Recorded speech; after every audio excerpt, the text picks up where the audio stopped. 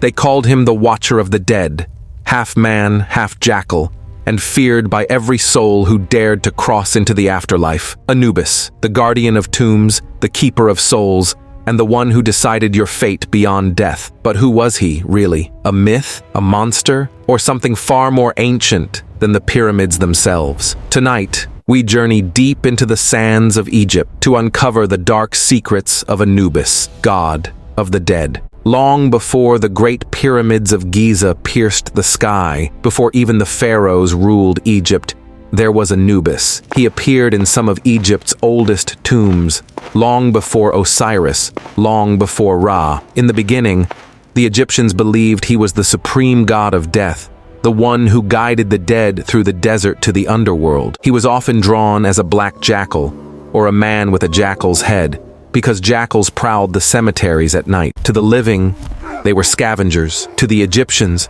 they were guardians of the dead, so they made the jackal sacred. They called him Anpu, the earliest name for Anubis. As Egypt's civilization grew, death became a grand ritual. The dead were no longer buried in the sand. They were mummified, prepared for eternity. And no one watched over that ritual more carefully than Anubis. In the temples, priests wore black masks in his honor. They performed the opening of the mouth ceremony, believing Anubis would give the dead the power to speak in the afterlife. Every embalmer prayed to him before touching a body, because if they failed, if the ritual was not perfect, Anubis could abandon the soul, leaving it lost forever in darkness. But Anubis was not a mindless god of death. He was a judge. The Egyptians believed that when you died, Anubis would lead you to the hall of Maat, where your heart would be weighed against a feather. If your heart was pure, light as truth itself, Anubis would smile. You would pass safely into the field of reeds, the Egyptian paradise. But if your heart was heavy, filled with lies, sin, and greed, Anubis would feed your soul to Ammit, the devourer, a beast part crocodile, lion, and hippopotamus. In that moment, you would cease to exist. Not even the gods could bring you back. As Egypt's myths evolved, a new god rose, Osiris, the lord of the underworld. But Anubis did not vanish. Instead, he became the loyal servant and protector of Osiris.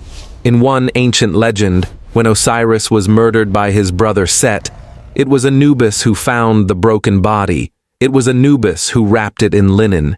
It was Anubis who invented the art of mummification. So, while Osiris ruled the dead, Anubis guarded them.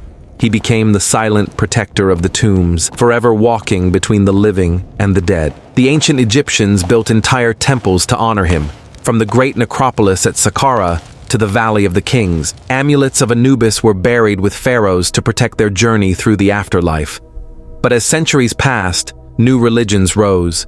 The Greeks called him Hermanubis, a fusion of Hermes and Anubis. Later, in Rome, he became a symbol of dark mystery and magic. Even today, archaeologists uncover statues, carvings, and scrolls bearing his name, each one a whisper from the past, reminding us that the fear of death never truly leaves humanity. Anubis, the god who watched over the dead for more than 3,000 years, the silent guardian of every tomb, every mummy, every forgotten soul. In the darkness of ancient Egypt, he was both protector and judge. And though his temples have turned to dust, his shadow still lingers in the pyramids, in the deserts, and in our imagination. Because as long as humanity fears death, the god of the dead will never truly die.